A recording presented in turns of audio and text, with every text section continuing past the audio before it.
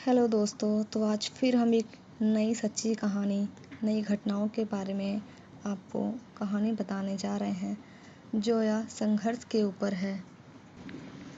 बहुत दिनों की बात है, रामनगर गांव में एक दयालु नाथ नाम का पहलवान था। उसका नाम तो दयालु था, पर दया उसके स्वभाव में नहीं था।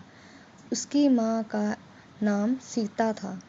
उसने मेहनत मजदूरी करके दयालु नाथ को पाल पोस कर बड़ा किया था। वह बेटा जो कि 10 वर्ष बाद बड़े ही मन्नतों से पैदा हुआ था। छोटे से ही वह बहुत ही बदमाश था। गांव में सभी बच्चों से हमेशा लड़ता झगड़ता रहता था। माँ सोची, अभी छोटा है इसलिए ऐसा करता है, बड़े होने पर नहीं किया करेगा।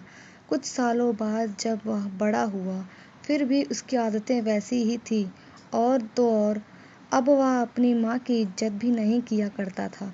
फिर भी माँ उसे कुछ नहीं कहती थी। वह उसकी गलतियों को अनदेखा करती थी। सीता को ऐसा लगता था कि वह आज नहीं तो शादी के बाद सुधर जाएगा, लेकिन दयालु नहीं सुधरा। जब वह 20 वर्ष का हो गया तो वह और भी अत्याचारी बन गया। उसकी आदत इतनी बिगड़ गई थी कि वह अब अपनी माँ और पिता पर हाथ उठाने लगा था। 2 साल बाद उसे बूढ़े पिता के दुनिया से चले गए। माँ अब अकेली रह गई। उसे अपने बेटे की चिंता होने लगी थी कि उसकी मृत्यु के बाद उसके बेटे का क्या होगा। उसे खाना बनाकर कौन देगा। उसकी माँ ने सोचा, इसकी शादी एक अच्छी लड़की के साथ कर देते हैं। दयालु का जीवन सफल हो जाएगा। उसका ध्यान अपने परिवार में लगा रहेगा तो वह गुस्सा भी नहीं करेगा।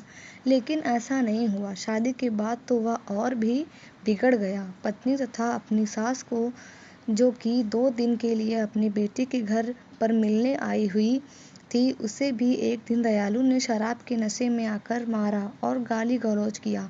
बेचारी पत्नी क्या करती। वह गरीब परिवार से थी और ज़्यादा पढ़ी लिखी भी नहीं थी, इसलिए वह चुप रही। कुछ महीने बाद उसकी बूढ़ी माँ की भी मृत्यु हो गई। 4 साल के अंदर उसने 3 बच्चों को जन्म दिया। दयालु उस बच्चों को मारता पीटता था। पुष्पा यह गम सहती गई और कुछ ना कह पाती थी। नौकरी की तरह घर के सारे काम किया करती थी। रात को भी वह चैन की सांस नहीं ले पाती थी और उसका पति शराब पीकर आता था और मारा करता था। 10 साल तक जो बेचारी पुष्पा जैसे तैसे करके काम काज करती रही और अपने अत्याचारी पति को मार सहती रही, ताकि उसके बच्चे पढ़ लिख कर और अच्छे ऑफिसर बन जाएं और उनकी माँ की तरह जीवन ना जिएं। भगवान की कृपा और पुष्पा की मेहनत रंग लाई। जो कॉलेज में पढ़ती थी, वह MSc सेकेंड ईयर में प्रथम आई। उसकी माँ का सपना पूरा होने लगा था। उसे अपनी बेटी पर गर्व था कि यह एक दिन बहुत ही बड़ा मुकाम हासिल करेगी। अचानक एक रोज उसके पिता शराब के नशे में घर आए। अपनी बड़ी बेटी रीना को बुरा भला कहने लगे और मारने लगे। रीना पढ़ी लिखी और समझदार लड़की थी। उसने जैसे तैसे कर अपनी माँ, अपने आप को बचाई। यहाँ तक कि माँ भी उससे बचाई और तो और उसे भी मारा। यह देखकर उसके दोनों भाई चुपचाप एक कोने में बैठकर रोने लगे। रीना अपनी गलती के बारे में पूछती है कि मैंने कौन सी गलती कर दी, सीधा कॉलेज से घर ही तो आ रही। हाँ पिता शराब की हालत में जोर से बोलते हैं। मैंने अगली बार तुम्हें राहुल के साथ देखा तो समझ जाना। रीना मध्यम स्वर में बोलती है, राहुल मेरे कक्षा में पढ़ता है और वह मेरा अच्छा मित्र है पिता। मैंने तुम्हें इतना बड़ा क्या राहुल के लिए किया है कि तुम्हें उसका साथ चली जाना है। तुम्हारे ऊपर और तुम्हारे शरीर के ऊपर सिर्फ मेरा ही हक है। इसे मैं किसी और के हवाले नहीं कर सकता हूँ। रीना और उसकी माँ कहने लगी, यह सुनते ही चुप हो गए और अपने मन में सोचने लगी कि ये पिता है कि हैवान। रीना अब इस घर में एक पल के लिए भी नहीं रुकना चाहती थी, क्योंकि हर रोज यह नाटक से वह थक चुकी थी। आज तो उसके पिता की इंसानियत का हद ही पार कर दिया था। अब उसे पिता नाम से भी घृणा होने लगी थी। आसपास के लोग भी उसकी मदद करने से डरते थे। किसी ने उनकी मदद ना की तो उसके पिता पड़ोसी लोगों से भी लड़ाई करते थे। लोग उनकी मदद तो करना चाहते थे पर कर नहीं पाते थे। उसकी माँ ने उसके लिए इतना संघर्ष किया था, उसे रीना पूरा करना चाहती थी। एक दिन जब उसके पिता घर से किसी काम के लिए 2 दिन के लिए बाहर चले गए थे, तभी पुष्पा ने सोचा यह अच्छा मौका है।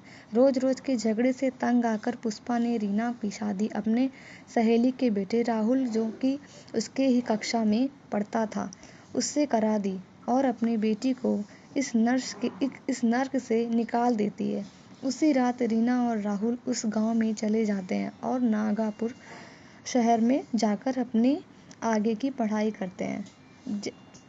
घर पर जब उसके पिता को यह पता चलती है यह बात, तो हमेशा की तरह फिर से लड़ाई होती है। लेकिन आज के लिए इस लड़ाई से पुष्पा को बहुत सुख समय बीतता गया। जल्द ही रीना वकील बन गई। उसने अपनी माँ पुष्पा को उस नर्क से आज़ादी दिलाई और अपनी माँ सहित दोनों छोटे भाइयों को अपने साथ अपने घर में रखकर अच्छी तरह से पढ़ा लिखा रही है। आज वे सब एक सम्मान का जीवन व्यतीत कर रहे हैं। आज से सब एक सम्मान का जीवन व्यतीत कर रहे हैं। अतः पुष्पा का यह संघर्ष पूरा हुआ। उधर उसके पिता और अकेले अपनी जिंदगी जी रहे हैं। कोई भी उन्हें खाने के लिए नहीं देता है। जैसे तैसे वह पापी अपना जीवन जी रहा है, या कह सकते हैं कि अपने कर्मों की सजा भुगत रहा है।